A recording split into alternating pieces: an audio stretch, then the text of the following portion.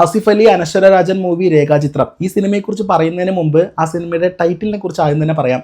രേഖാചിത്രം എന്ന് കേൾക്കുമ്പോൾ നമ്മൾക്ക് തോന്നുന്ന ഒരു ത്രില്ലർ സിനിമയാണ്, ഒരു കുറ്റാന്വേഷണ സിനിമയാണെന്നല്ലേ. സംഭവം അങ്ങനെയൊക്കെ തന്നെയാണ്. എങ്കിൽ കൂടിയും ആ ഒരു പേര് പോലെ ഈ സിനിമയിലെ നായികയുടെ പേരാണ് രേഖ. രേഖയുടെ ചിത്രം എന്നൊരു മീനിങ് കൂടെ ഇതിനുണ്ട് കേട്ടോ. ഇനി ഈ സിനിമ ടെക്നിക്കലായിട്ട് നോക്കുന്ന സമയത്ത് director Jofin T Chacko, producer Venu Kunnappally, writer screen play Ramu Sunil, പിന്നെ മ്യൂസിഷ്യൻ മജീദ്. എന്തായാലും സിനിമയുടെ കഥ വെച്ച് നമുക്ക് നോക്കാം. നല്ലൊരു കഥ.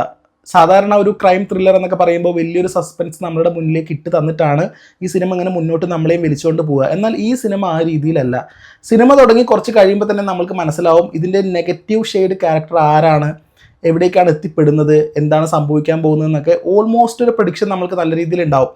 അതുതന്നെയാണ് സിനിമ അവസാനം കൊണ്ടുവന്ന് എത്തുമ്പോൾ സംഭവിക്കുന്നത്. എങ്കിൽ കൂടിയും നമ്മൾ പ്രതീക്ഷിക്കാത്ത ചെറിയൊരു കാര്യം അവസാനം കയറി വരുന്നുണ്ട്. ഇങ്ങനെ ഓൾറെഡി നമ്മുടെ മുമ്പിൽ സസ്പെൻസ് ഒക്കെ പൊളിച്ചിട്ട് ഫ്രണ്ടിലേക്ക് ഇട്ട് തരുന്ന സമയത്ത് അതിൻ്റെ ഒരു ബാക്ക്ഗ്രൗണ്ട് സ്കോറും കാര്യങ്ങളൊക്കെ പിന്നീട് നമ്മളെ കൊണ്ടുപോകുമ്പോൾ വലിയ രസമൊന്നും സാധാരണ തോന്നാറില്ല. എന്നാൽ ഈ സിനിമയെ സംബന്ധിച്ചിടത്തോളം നമ്മൾക്ക് ഓൾറെഡി അറിയാൻ പോകുന്ന ഒരാളാണെങ്കിൽ കൂടിയും വീണ്ടും അതിൻ്റെ മ്യൂസിക്കും ആ ഒരു പരിപാടിയും കാര്യങ്ങളൊക്കെ നല്ല രീതിയിൽ വർക്കൗട്ട് ആയിട്ടുണ്ട്. നമ്മളെ ഒരു പിടിച്ചിരുത്തുന്നുണ്ട് ശരിക്കും. മമ്മൂട്ടിയുടെ കാതോട് കാതോരം എന്ന് പറയുന്ന സിനിമയിലെ ആ സിനിമ ഷൂട്ട് ചെയ്യുന്ന ആ കാലഘട്ടത്ത് ആ സിനിമയുമായി ചെറുതായിട്ട് ബന്ധപ്പെട്ടിട്ട് നടക്കുന്ന ഒരു ഇൻസിഡൻറ്റ്, ആ ഇൻസിഡൻറ്റിനെ ബേസ് ചെയ്തിട്ട് പോകുന്ന ഒരു ക്രൈം കേസാണ്. സത്യത്തിൽ ഒരിക്കലും പുറത്തു വരാൻ സാധ്യതയില്ലാത്തൊരു കേസാണ്, ഒരു തുമ്പാണ്.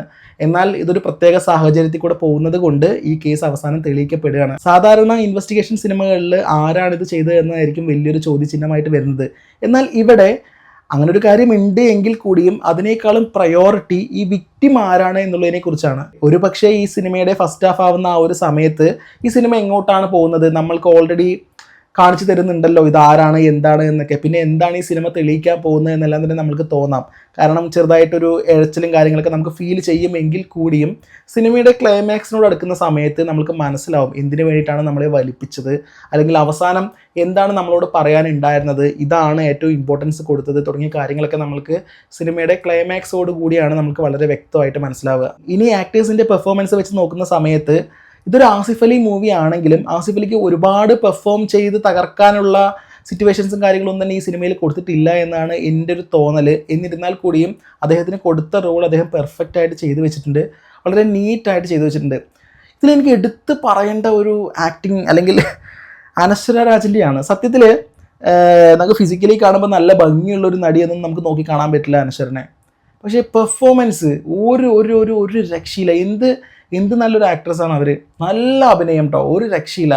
അവരുടെ ചിരിയുമാണെങ്കിലും അവരുടെ ഓരോരോ കാര്യങ്ങളും അവർ പഴമയിലേക്ക് പോകുന്ന സമയത്ത് അവർ കാണിക്കുന്ന ചില കാര്യങ്ങൾ, അവരുടെ ഇമോഷൻസ്, അവരുടെ ക്യൂരിയോസിറ്റി, അവരുടെ ഹാപ്പിനെസ്, അങ്ങനെ ഒരുപാട് കാര്യങ്ങൾ അനശ്വരയുടെ കഥാപാത്രത്തിൻ്റെ പലതരത്തിലുള്ള വികാരങ്ങളിലൂടെ അല്ലെങ്കിൽ എക്സ്പ്രഷനിലൂടെ ഈ സിനിമ കടന്നു പോകുന്നുണ്ട്. എന്ത് ഭംഗിയായിട്ട് അവർ ചെയ്തിരിക്കുന്നത്. ഊർവശി ലെവലിലേക്ക് എത്തുന്ന ഒരു ആക്ട്രസ്സാണ്. നല്ല അഭിനയം, ശരിക്കും അപ്രീഷിയേറ്റ് ചെയ്യേണ്ട ആളാണ്. അത്രയും നന്നായിട്ട് കാഴ്ചവെച്ചിട്ടുണ്ട് അവരുടെ ആ ഒരു പെർഫോമൻസ് ഒക്കെ. രേഖാചിത്രം സിനിമയിലെ ബാക്കിയുള്ള കഥാപാത്രങ്ങളായിട്ടുള്ള സിദ്ദിഖ്, മനോജ് കെ ജയൻ, അതുപോലെ തന്നെ നമ്മുടെ സായി കുമാർ, ഇന്ദ്രൻസ് തുടങ്ങിയ ആക്ടേഴ്സ് എല്ലാവരും അവരുടെ റോളുകൾ വളരെ ഭംഗിയാക്കി ചെയ്തു. എങ്കിലും ഞാൻ പറഞ്ഞില്ലേ, എനിക്ക് ഏറ്റവും സ്പെഷ്യലായിട്ട് തോന്നിയത് അനശ്വര രാജൻ്റെ പെർഫോമൻസ് ആണ്. അത് ഞാൻ പറഞ്ഞില്ലേ, അവർ കാണുമ്പോൾ അങ്ങനെ വലിയൊരു ഭംഗിയുള്ള ഒരു ആക്ട്രസ് ആണെന്ന് നമുക്ക് പറയാൻ പറ്റില്ല. പെർഫോമൻസ് അടിപൊളിയാണ്. പെർഫോമൻസ് ഒരു രക്ഷയില്ലാത്തതാണ്. ആസിഫ് അലിയുടെ റോള് വളരെ ഭംഗിയായിട്ട് ചെയ്തു, വളരെ നീറ്റ് ആൻഡ് ക്ലീൻ ആയിട്ട് അദ്ദേഹം ചെയ്തു വെച്ചിട്ടുണ്ട്. ഇപ്പോൾ ഈയിടെയായിട്ട് മലയാളത്തിൽ വരുന്ന ത്രില്ലർ സിനിമകളെല്ലാം തന്നെ ഓവറായിട്ട് ആർട്ടിഫിഷ്യലി പിടിച്ചു വെച്ച് അങ്ങനെ കാട്ടിക്കൂട്ടലൊന്നും ഇല്ല. ഒരു റിയാലിറ്റിയുടെ ഒരു പക്ഷം പിടിച്ചിട്ടാണ് സിനിമ മുന്നോട്ട് പോകുന്നത്.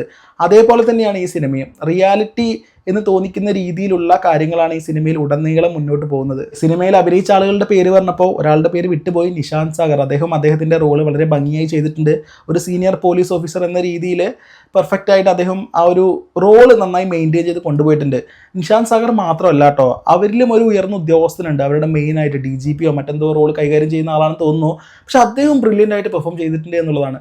അദ്ദേഹത്തിൻ്റെ ഒരുപാട് സീൻസും കാര്യങ്ങളൊന്നും ഇല്ല. അദ്ദേഹത്തിന് എനിക്ക് തോന്നുന്നു മേ ബി 3-4 ഡയലോഗ്സും കാര്യങ്ങളൊക്കെ ഉള്ളൂ. പക്ഷെ ചെയ്തു വെച്ചത് റിയൽ ആയിട്ട് ചെയ്തു വെച്ച പോലെ തന്നെയുണ്ട്. അദ്ദേഹത്തിന് അങ്ങനെ ഒരുപാട് സിനിമകളൊന്നും ഞാൻ കണ്ടിട്ടില്ല, പക്ഷെ നല്ല പെർഫെക്റ്റ് ആയിട്ടുണ്ട്. പിന്നെ അഭിനയത്തിൽ എടുത്തു പറയേണ്ട ഒരു സ്ത്രീ ഏതാണെന്ന് വെച്ചാൽ, സിനിമയുടെ സിറ്റുവേഷൻ കാണുമ്പോൾ നിങ്ങൾക്ക് ഒരുപക്ഷെ മനസ്സിലാക്കാനായിട്ട് പറ്റും. ഈ സിനിമയിൽ ഒരു കന്യാസ്ത്രീ ഉണ്ട്, അനശ്വരയോട് അടുത്ത് നിൽക്കുന്ന, അനശ്വരയെ പുതുതായിട്ട് വന്ന് പരിചയപ്പെടുന്ന ഒരു കന്യാസ്ത്രീയുടെ ആ ഒരു വേഷം ചെയ്ത ഒരു ലേഡി. ആരാണെന്ന് അറിയില്ല, പക്ഷെ നന്നായി ചെയ്തിട്ടുണ്ട്. അവർക്ക് അവരുടെ 2 ഭാഗങ്ങൾ കാണിക്കുന്നുണ്ട്. 2 നല്ല പെർഫെക്റ്റ് ആയിട്ട് നല്ല അടിപൊളിയിൽ ചെയ്തു വെച്ചിട്ടുണ്ട്. സോ ഫൈനലി ഇതൊരു ഇൻവെസ്റ്റിഗേഷൻ ത്രില്ലർ സിനിമയാണെങ്കിൽ കൂടിയും ഞാൻ പറഞ്ഞില്ലേ വലിയൊരു സസ്പെൻസ് നമ്മുടെ മുന്നിലേക്ക് ഇട്ട് തന്നിട്ട് സിനിമ ഇങ്ങനെ നമ്മളെ വലിച്ചുകൊണ്ട് പോവുകയല്ല. ഫസ്റ്റ് കുറച്ച് എഴുസലും കാര്യങ്ങളൊക്കെ ഉണ്ട്. സിനിമ എന്താണ് പറയാൻ പോകുന്നത്, എവിടേക്കാണ് പോകുന്നത് തുടങ്ങിയ കാര്യങ്ങളൊക്കെ നമ്മൾക്ക് കുറേ കണ്ടുകഴിയുമ്പോൾ നമുക്ക് തോന്നും എന്താണ് ഇനി കാണിക്കാൻ പോകുന്നത്, ഇനി എന്താ ഇതിൽ കാണിക്കാനുള്ളത് എന്നൊക്കെ നമുക്ക് തോന്നിപ്പോകും. പക്ഷെ ക്ലൈമാക്സിനോട് വരുന്ന സമയത്ത് എല്ലാം നമുക്ക് കൺവിൻസ് ആവും. ഒരു ഹാപ്പി എൻഡിങ്ങോട് കൂടിയായിരിക്കും നമ്മൾ ആ തിയേറ്റർ വിട്ട് വെളിയിലേക്ക് വരിക. രേഖാചിത്രം എന്ന ഈ സിനിമ ആരൊക്കെ കാണണമെന്ന് ചോദിച്ചാൽ ഇന്ന ആൾക്കേ പറ്റുള്ളൂ, ഇന്ന ആൾക്ക് പറ്റില്ല എന്നൊന്നും ഇല്ല കേട്ടോ. ഇതൊരു ഫാമിലി എൻ്റർടൈനർ മൂവിയാണ്. അതുകൊണ്ട് എല്ലാവർക്കും കാണാം, എല്ലാവർക്കും പോയിരുന്ന് കണ്ട് ശരിക്കും നമുക്ക് എൻജോയ് ചെയ്യാം. ഈ സിനിമ നമ്മളെ ഒരു വേറൊരു മൂഡിലേക്കും കാര്യങ്ങളിലേക്കും കുറച്ച് പഴമയിലേക്കും ചില പ്രത്യേകതരം ഇമോഷനിലേക്കൊക്കെ നമ്മളെ കൊണ്ടുപോകും. ആസിഫ് അലിക്ക് ശരിക്കും നല്ലൊരു സല്യൂട്ട് കൊടുക്കണം. കാരണം നല്ല തിരക്കഥകൾ സെലക്ട് ചെയ്തിട്ട് അതിൽ അഭിനയിക്കുന്നത് കൊണ്ട് അദ്ദേഹം ഒരു ജനപ്രിയ നായകൻ എന്നൊരു രീതിയിലേക്ക് എത്തിച്ചേരുകയാണ്.